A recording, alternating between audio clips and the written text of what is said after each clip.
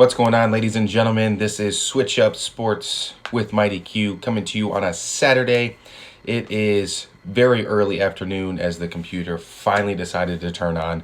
I've been waiting on that for now a little while. It ran an update for some reason. I didn't know it was running an update, and that's the reason why I actually didn't get a chance to start off earlier. So this update when it had started. I didn't even know if it was going to work out. You know how sometimes Windows, it just never really works. So we are going to go ahead and try to get this set up quickly, and then we will go from there.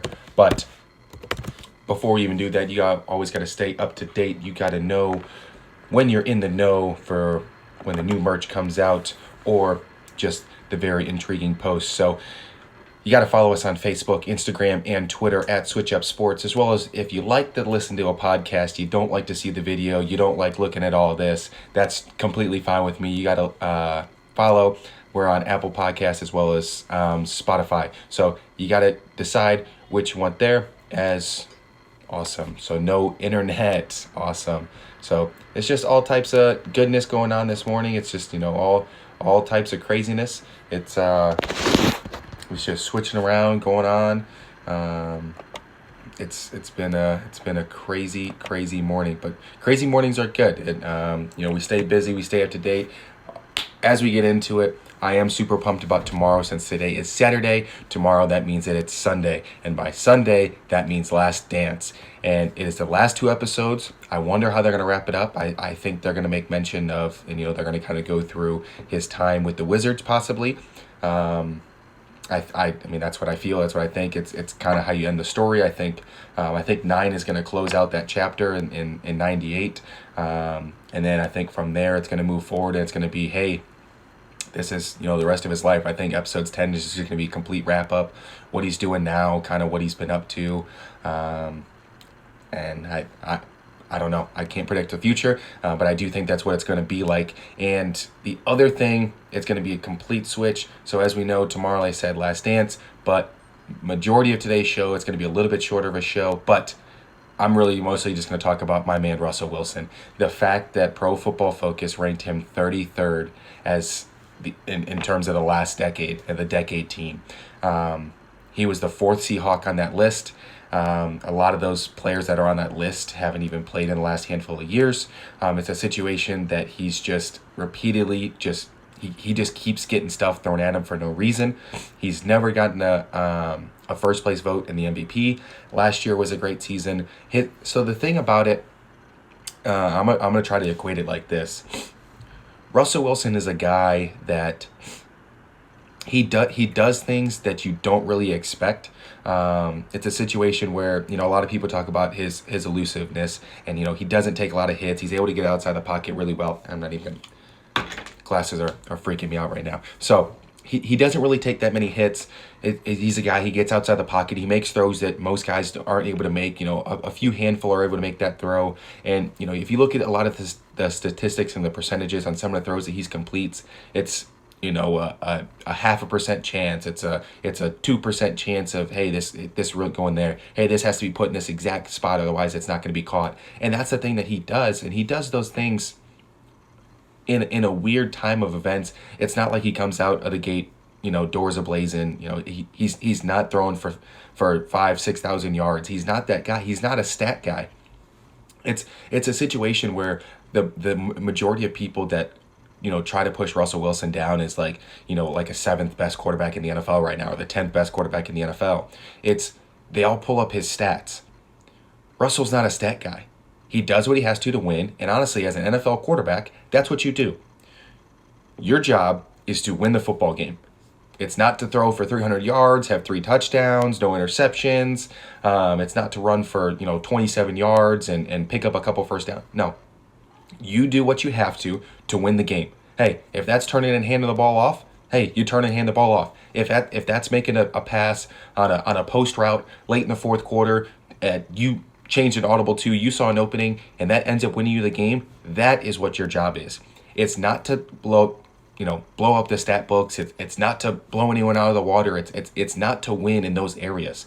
That's not the quarterback position. This isn't baseball. This isn't basketball. You don't base things off of stats. You can go off analytics, but football is straight manalytics. It is who's the better guy, who's the tougher one, who's mentally, got his stuff in line, and it's a situation that you can't put a number on. Yeah, you can say QBR, and it takes into account of, well, hey, they had a 3rd and 3 and they picked up 4 yards in the fourth quarter. That's a positive play. That's not what you can do in terms of for football. You can't judge Russell Wilson off of analytics. He just can't do it. He's got too many intangibles. He's a guy who he's going to take a snap. He's going to roll outside the pocket. He's going to turn. He's going to chuck it off. His wide receivers aren't great. His offensive line is never great. He's had one great running back, and even then, he wasn't around for even that long of a time. He was there for a handful of years. Yeah, Pete Carroll's a great coach, but Pete Carroll was 7-9 and had been fired a handful of times before he even got there. So if Russell Wilson doesn't show up in Seattle, you know what? They go 7-9 again, and Pete Carroll is gone. He's fired. He's not there anymore. Russell Wilson is the reason Pete Carroll is able to keep a job. He took him to the Super Bowl twice. He should have won 2 Super Bowls. That play on the 1 yard line that everyone says, oh, you should have handed it to Marshawn Lynch. It was 2nd down. You had 1 timeout. It was 2nd down. If you hand the ball off and he got stopped, which that year, Marshawn Lynch had the highest percentage of being stopped with 1 yard to gain. No one looks at that stat. It's a situation that if you look at that pass, guess what? That pass is incomplete. You stop the clock and you save your timeout. If you run the ball and you get stopped, which the percentage says that Marshawn Lynch had the highest percentage of being stopped, everyone on the defense knew that where it was going. Everyone in the stadium knew where it was going. Everyone watching TV knew, hey, they're probably going to give it to Marshawn Lynch. That's not what you do on 2nd down. You have 1 timeout, and guess what? You're going to run a play. If you get stopped, now you have to use that timeout. You don't know what's going on. But in this situation, that pass that was intercepted was the first time all year that a pass was intercepted on the 1 yard line. There was 99 other passes on the 1 yard line. 99 of them were not intercepted. That was the one pass all year. The one pass. And yet, people look at it and they say, oh, you should have given it to Marshawn Lynch. No, you don't give it to Marshawn Lynch. You throw that pass because it has the highest percentage of not being intercepted. You had 99 of 99 passes on the 1 yard line not be intercepted. So now you roll it forward, and let's say you do give it to Marshawn Lynch, and it follows in that same statistic. He does get stopped. So now he gets stopped, and now you're in a situation where the time is running off the clock, and now what do? Do you go right back to him and you give it again, even though everyone knows it's going there? No. You throw the ball on 2nd down. It was a great play by Malcolm Butler. It was a absolutely one play of the year because that was the one time a pass had been intercepted on the 1 yard line. Russell Wilson doesn't light up the stat books. He's not Aaron Rodgers. He's not Drew Brees. He doesn't light up stats. He's not Dak. When you look at Russell Wilson, you have to judge him by his intangibles. He wins a lot of games. He's never had a losing season. He's won the most amount of playoff games outside of Tom Brady in the last, I think it's 10 years. They've won, I think it's 7 or 8 playoff games, where I think the Patriots have won 9 or 10. Went to 2 Super Bowls back-to-back, should have won back-to-back. And now it's a case where they're like, oh, no, he's not that good. He was carried by a defense when the offensive line has consistently been one of the worst offensive lines over the last 5 years. It's consistently bad. His running back game is normally subpar. He's playing with wide receivers who are undrafted or were just brutal talents. Yeah, you can say whoever you want as, oh yeah, he's a solid wide receiver, and you can go and judge those wide receivers against anyone else, and you're going to see it's a big dispersion between his wide receiver talent and anyone else. Now, in terms of the numbers, you can look at a guy like Dak and you can say, oh my gosh, look at his numbers. His QBR is fantastic. His passer rating's amazing. He throws for all these yards. And then you look at how many games he's won, especially last year, and it's like, he went 8-8. Plays in an easier division, and now, you're trying to say that Dak is better than Russell Wilson. It's not true at all. Dak wants to be paid more than Russell Wilson. Not true. Dak, I'm sorry, you're not worth $35 million because you're not better than Russell Wilson, and you're not better than Ben Roethlisberger either. It's a situation, you got to look at it by the intangibles. The quarterback position, their job is to win, and Russell Wilson does it, and not only does he do it, he does it in the NFC. He repeatedly goes to the playoffs, and once he gets to the playoffs, he normally wins games in playoffs and takes his team to a Super Bowl. Without Russell Wilson, the Seahawks would honestly be irrelevant. Pete Carroll would be fired, and that's really that. You can say, hey, you should have ran the ball. You know what? It's possible, but if you want to truly go off numbers, That was a one play in that 1 year. It's not supposed to happen. The highest percentage between running that ball on that 1 yard line or throwing that pass had a perfect percent chance of working over a high chance of being stopped. Think about that if you really care about a lot of numbers. And I understand it's a bit of a rant, but my thing is Russell Wilson is a phenomenal talent. He's top 3 quarterback in the league right now. You can make an argument for one. You can make an argument for Patrick Mahomes as number 1. You can make an argument for Lamar Jackson as number 1. But that's it. Those 3 guys. Those are the 3 that you can make an argument for. I mean, yeah, you can say Aaron Rodgers, but Aaron Rodgers the last 3 years has slowly slid. You can make an argument for Tom Brady. Last year, definitely slid. Hey, you can make an argument for whoever you want it to be. Even Jimmy G as a legit argument, because Jimmy G does what Russell Wilson does. He wins games. He's lost 5 games his entire career. The knock on Jimmy G needs to be he can't stay healthy. That is the knock. Yes, you can say, oh, Aaron Rodgers has a phenomenal talent. You're right, but he slid the last couple years. Aaron Rodgers is good. He's still top 10. You can make an argument for a top 5. You're right. You can move on. You can say Tom Brady. Yeah, he's still top 10 because Tom Brady wins games.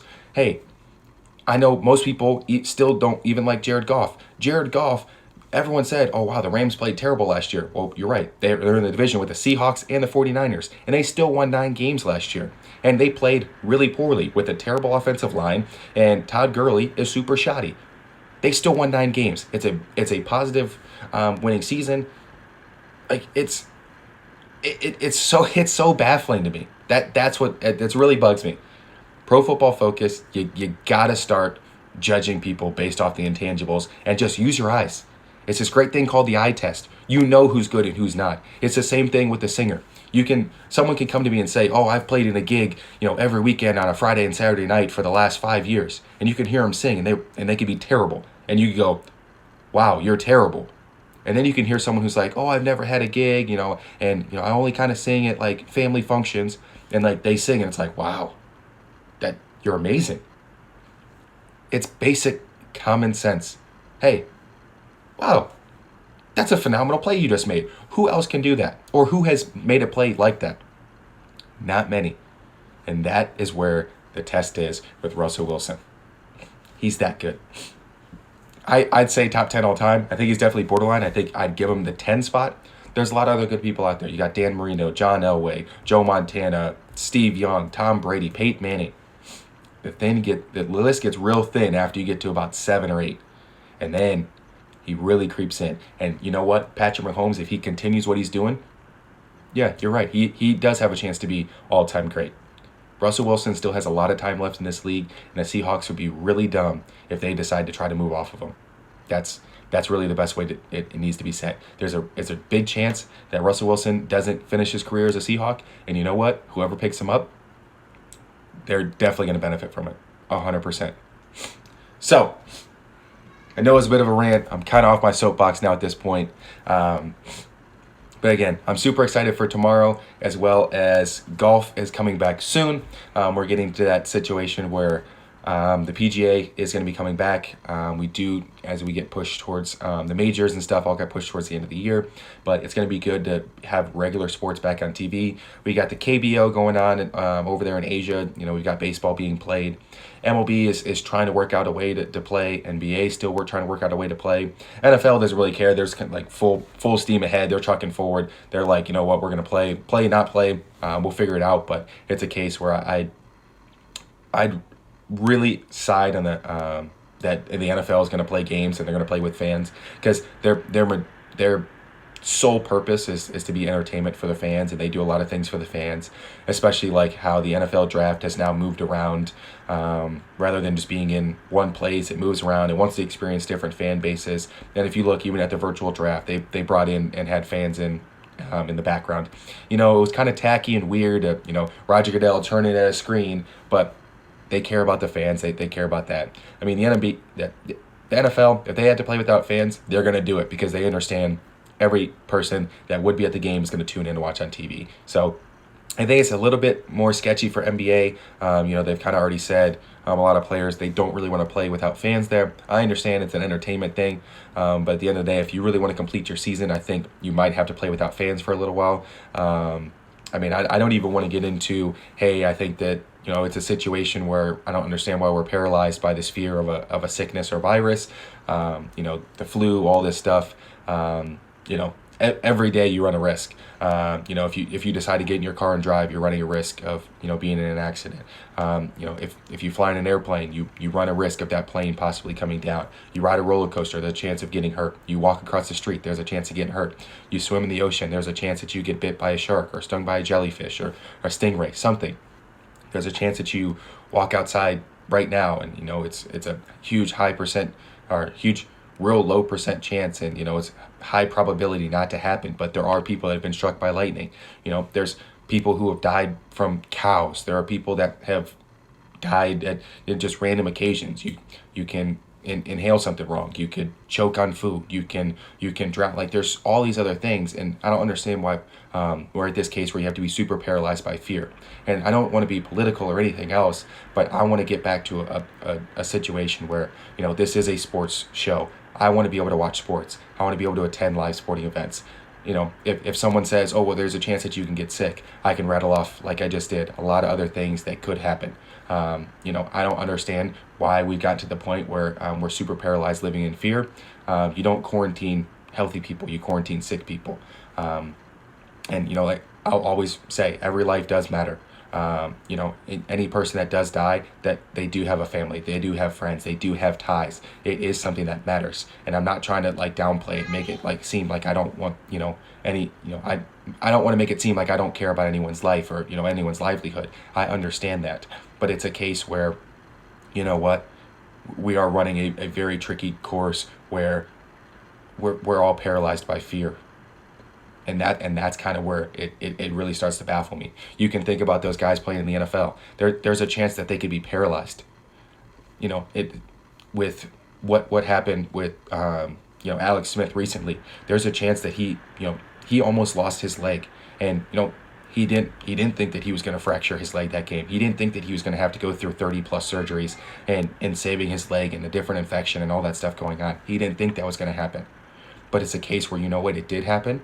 And we just keep on moving forward. But there's a chance and there's a bad thing that could happen to someone every day. And like this Jordan documentary, if you only look at the negatives and you only see it truly as the negative and you just solely focus on that, it's really going to hinder and it's going to hurt your life. You're not going to be happy. You're not going to want to do a lot of things. You're going to want to stay locked up in a shell. And you know what? That doesn't always work.